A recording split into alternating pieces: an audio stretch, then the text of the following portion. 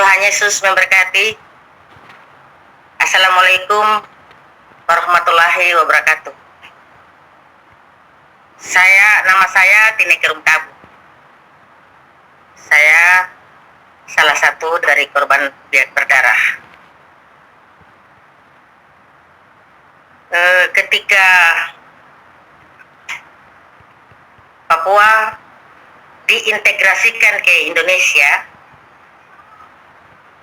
daerah di Papua ini secara khusus di Biak ini adalah daerah operasi militer.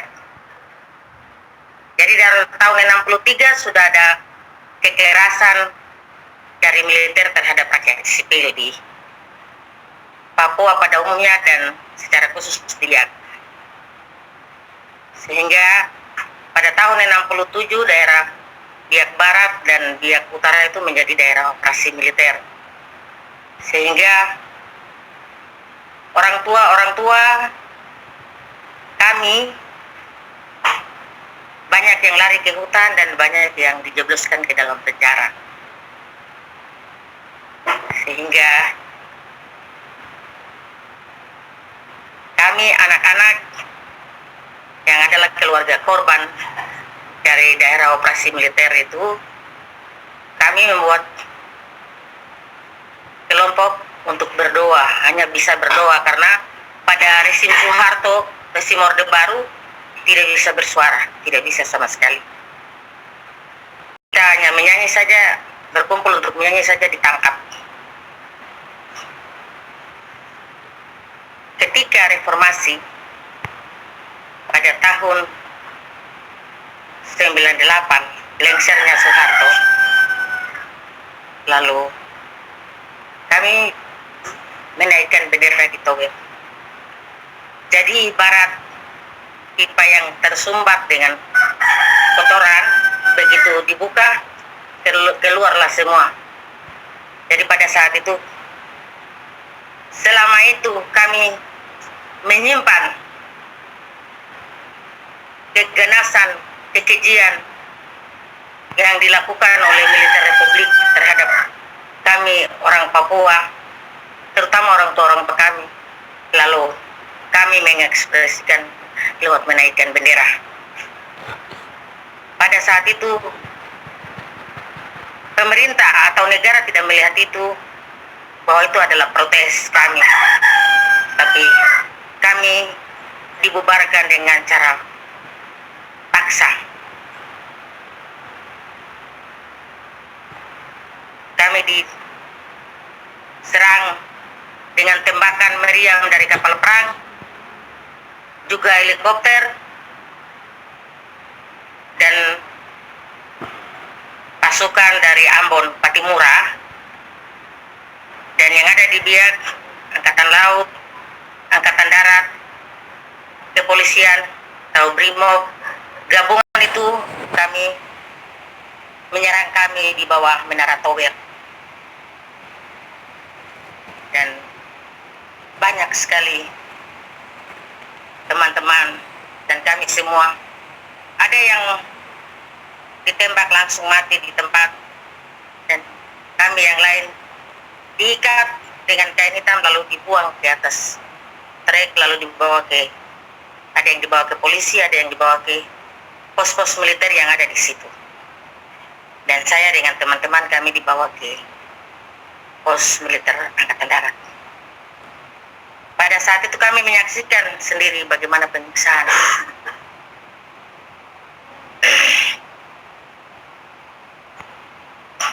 Yang begitu keji, yang begitu kejam terhadap perempuan-perempuan, anak-anak, dan juga laki-laki.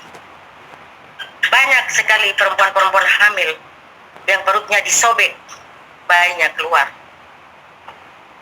Perempuan-perempuan yang usianya sudah tua dimasukkan sangkur ke dalam lubang vagina, lalu disobek, akhirnya mati. Laki-laki, perempuan, tangannya dipotong, tidak dipotong satu kali, nanti potong tangan sebelah biar dia putar-putar, terus tangan sebelah, kaki sebelah lagi. Kalau tidak cepat mati baru ditikam mati atau ditembak mati. Borgol. Ketika itu kami berteriak minta tolong, kami disiksa. Dia hanya begitu keji. Kami minta tolong, Tuhan Yesus tolong. Tuhan Yesus tolong. Lalu mereka bilang, silakan panggil Tuhan Yesus yang berapa hari kamu sembah, biar membantu kamu. Saya sendiri dipukul dengan pokor senjata dari belakang. Tangan saya diiris dengan sapu. Kami dibakar dengan korek api. Lalu manusia-manusia yang orang-orang yang sudah dibunuh, bayi, perempuan hamil, mobil masuk keluar untuk mengangkat mayat-mayat itu keluar, entah dibawa kemana. Begitu dari pagi sampai sore, sampai jam 8.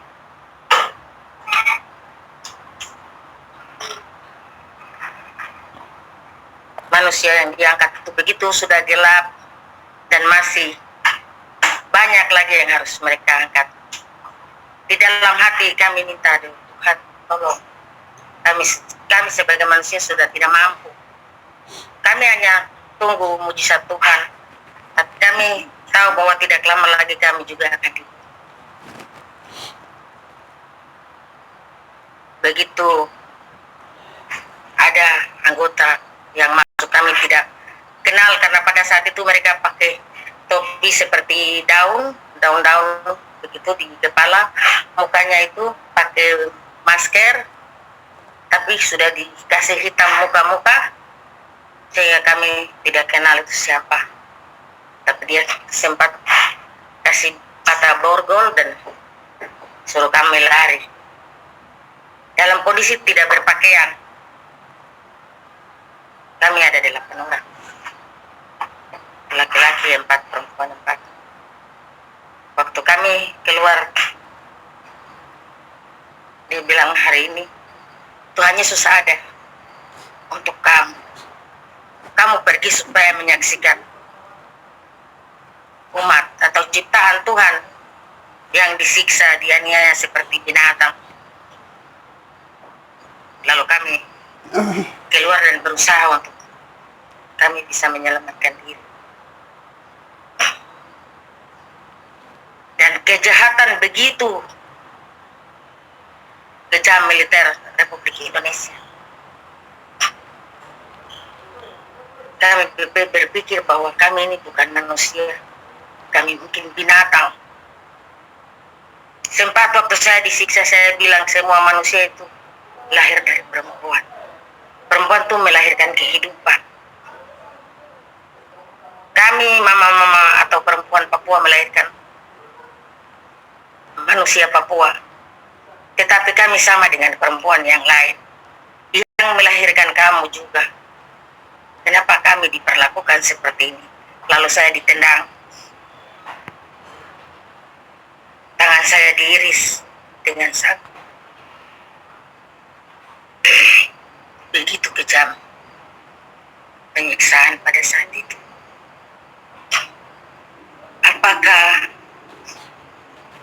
kami orang Papua diperlakukan seperti ini terus? Kami sebagai perempuan sudah tidak mampu lagi. Ketika kami keluar, saya harus bersembunyi di hutan berapa bulan. Pada saat saya keluar, saya ditangkap, dipenjarakan.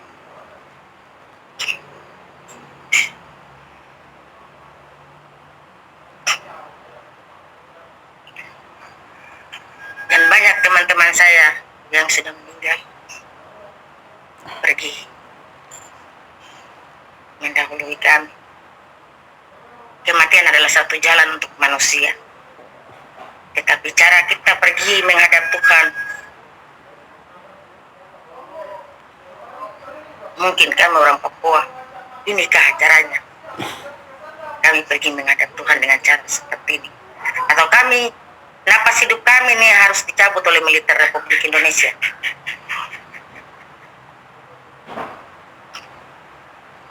Saya melihat sendiri bagaimana perempuan hamil perutnya disobek dan bayinya keluar. Saya berteriak, mereka katakan jangan berteriak, sebentar lagi kami juga akan dibunuh. Dan kami tidur di dalam darah itu bagaikan air. Rasanya kami ini tidur di dalam air, padahal itu darah manusia. Dan waktu kami bersembunyi dan kami melihat bahwa mayat-mayat hanyut di laut. Karena Pulau Biak dan Pulau Yapen di tengahnya ada selat. Di laut seperti batang kayu yang hanyut. Dan saya sempat ikut hadir pada saat mayat satu dimakamkan di kampung Hiti. Saya melihat sendiri mayatnya, kepala tidak ada. Cuma badannya itu mayat perempuan. Susunya dipotong dan dia hanyut dengan sangkur masih ada di lubang vaginanya. Dan kami kubur. Tapi dalam ketakutan saya berdiri dari jauh. Tapi ingin melihat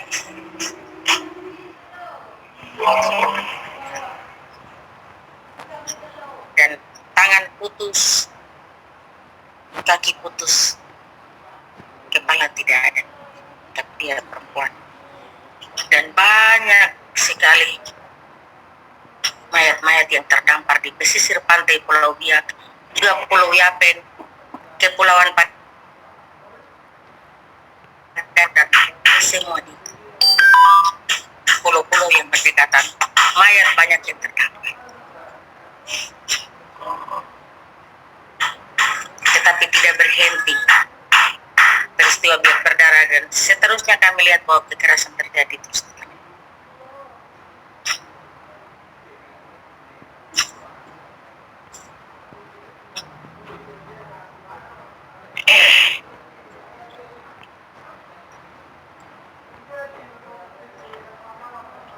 Apakah ada lagi Mama yang mau diceritakan? Apa?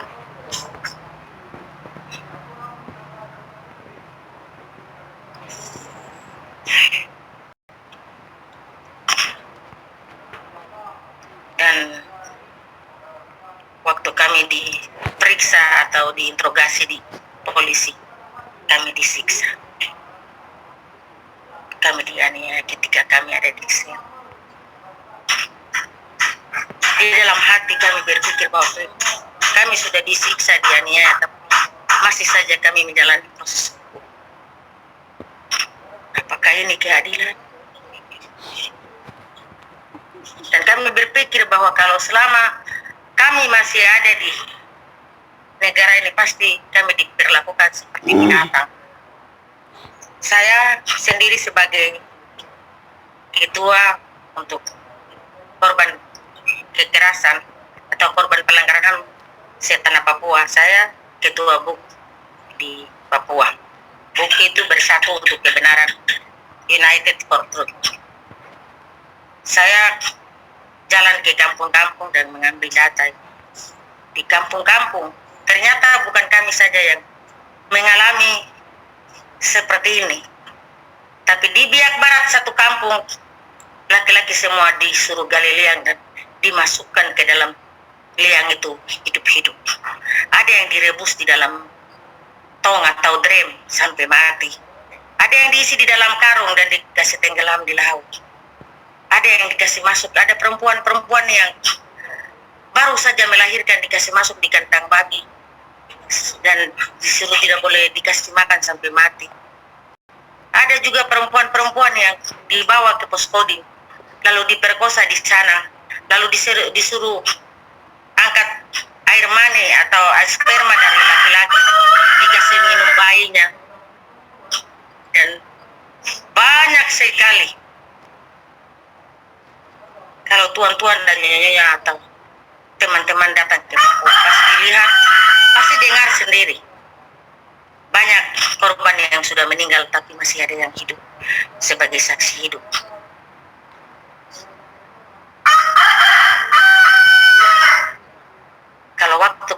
bisa kita sebut satu persatu. Terlalu banyak. Kasus Wasior saja dipotong-potong seperti binatang. Sama seperti dia. Dia juga dipotong-potong seperti binatang. Iris-iris selalu dibuang ke laut. Waktu yang terdampar di Opiarif pakai baju Golkar, pakai baju SMA, tapi mereka bilang itu yang hanyut dari PNJ. PNJ tidak ada baju Golkar, tidak ada baju PDI, tidak ada baju SMA YPK, tidak ada baju SMK YPK. Dan kami tahu pada malam itu ada anak-anak sekolah yang datang ada di bawah tower, mereka berseragam. Saya biasa peringatan 6 Juli saya katakan bahwa mari jangan usir kami dari tempat ini. Tadi pagi saya pergi hambur bunga dengan semua teman-teman. Ini di belakang saya ada mama-mama korban duduk di belakang saya. Kami pergi memperingati 22 tahun peristiwa biak berdarah. Peristiwa yang memakan ratusan sampai ribuan korban. Bayi, perempuan, laki-laki. Sampai yang masih ada di dalam kandungan pun korban. Kami pergi mau taruh bunga dan berdoa di bawah menara tower. Begitu keluar dari rumah, kami lihat sepanjang jalan itu ada polisi, ada tentara, ada polisi, ada tentara. Mereka di pinggir jalan, jarak 1 meter. Dan waktu kami keluar, kami dikejar sampai di tempat. Kami masuk ke tower dan mereka sempat bilang, ibu tidak ada izin. Kenapa ibu harus datang taruh keras di sini? Saya bilang ini tempat pusaran mereka, ini kuburan mereka. Kalau kamu tidak mau saya taruh bunga tiap tahun di sini, tolong kasih tunjuk sama saya. Di mana mereka punya kuburan? Kasih tunjuk, kasih tahu. Supaya 6 Juli yang akan datang, saya tidak datang di tower lagi. Saya pergi di kuburan mereka untuk saya taruh bunga. Saya hambur bunga. Sebagai teman seperjuangan, sebagai orang tua, sebagai saudara, saya harus hambur bunga di pusaran mereka. Kamu tolong kasih tahu ke saya, di mana kamu taruh dorang? Di mana kamu kubur dorang? Kasih tahu supaya kami sempat berdebat di bawah tower tadi pagi. Sekitar jam 11, saya beranikan diri saya masuk. Walaupun mereka jaga pagar betis, tapi saya masuk untuk saya taruh bunga. Dan mereka kejar saya tetap bisa taruh. Apapun resikonya saya taruh. Saya punya teman-teman, saya punya orang tua, saya punya saudara yang kamu bunuh. Sampai hari ini kami belum ketemu mayat mereka. Dan dari berapa kasus yang ada di Papua, biak berdarah tidak. Kemarin-kemarin waktu tahun lalu kami ikut pertemuan di Jayapura, mereka bilang kasus yang nanti perlu diangkat itu 2002 ke atas. Yang tahun 2000 ke bawah tidak. Jadi termasuk biak berdarah tidak. Lalu korban-korban yang mati bunuh seperti binatang ini kira-kira bagaimana? Sampai hari ini negara tidak pernah bertanggung jawab atas korban-korban yang ada. Tadi pagi saya sempat bilang sama aparat yang jaga, kami sempat bentrok di bawah. Saya bilang, andai kata kalau Bapak di posisi saya, kalau Bapak punya istri, atau Bapak punya anak perempuan, atau Bapak punya ibu, orang Papua bilang mama, yang diperlakukan seperti kami, bisakah Bapak terima? Bisa. Atau Bapak punya anak laki-laki yang dibunuh dan dipenggal-penggal seperti binatang, bisakah Bapak terima? Bapak tidak marah atau tidak sakit hati seperti yang kami alami bertahun-tahun. Saya bilang tadi pagi, mungkin Papua merdeka baru kekerasan, ketidakadilan ini mungkin berhenti atau saya tidak tahu karena itu manusianya pasti saja ada, tapi militer Republik Indonesia begitu kejam, begitu bengis terhadap kami rakyat Papua. Kami orang-orang Papua diperlakukan seperti binatang. Lebih bagus ditembak mati satu kali, masih bagus daripada disiksa seperti binatang. Orang tua yang sudah 50 tahun, sudah 60 tahun. Sebenarnya mereka itu bukan di bawah tower. Mereka itu tidur di pasar impres. Karena pada saat itu pasar itu orang dari jauh dari Kabupaten Supioria yang sekarang baru jadi kabupaten, waktu itu tidak. Jadi mereka bermalam di pasar untuk jualan. Perahu-perahu dari Yapen yang berlabuh, mereka datang jualan. Mereka itu dibunuh, semua diseret dan dibawa ke pos-pos militer, lalu dibunuh mati. Teman saya masih namanya Neleng Cebonsapia, dalam salah satu korban yang sampai hari ini tidak bisa bicara karena trauma. Tinggal seperti orang bisu. Dia menyaksikan sendiri ketika dia lari dengan kapal. Dia sempat melihat bagaimana kapal yang dia tumpangi ke Seruye, ke Nabire, itu mendahului kami.